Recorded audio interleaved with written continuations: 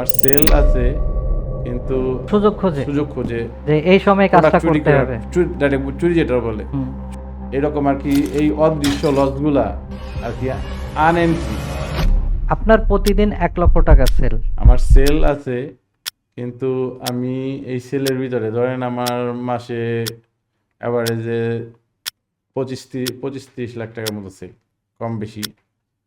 তো এখান থেকে আমার প্রতি মাসে লস হিসাবে ধরা লাগে 4,000-5,000 টাকা।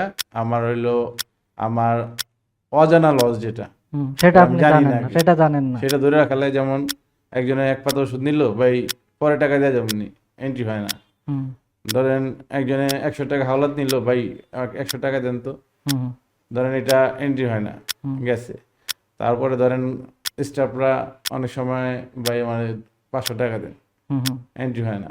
হুম, তারপরে মনে করেন অনেক সময় ভিড়ের মধ্যে অনেক অসাধু ব্যবসা অসাধু কাস্টমার থাকে যারা ওই সুযোগ খোঁজে সুযোগ খোঁজে যে এই সময় কাজটা চুরি করতে করে, হবে।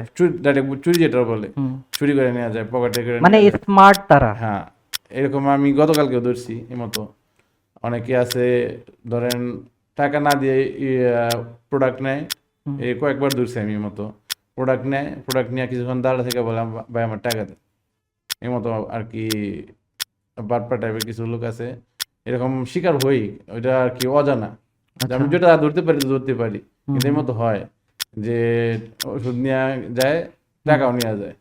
আবার দেখা যায় অনেক সময় টাকা নকল টাকা দেয়, আবার অনেক সময় অচল টাকা দেয়, আবার ধরেন গিয়া এরকম আর কি। এই অদৃশ্য লসগুলা আর কি আনএন্ট্রি, এগুলার আর কি কোনো মানে কোনো ক্যালকুলেশন নেই, ক্যালকুলেশন নেই এই লসের।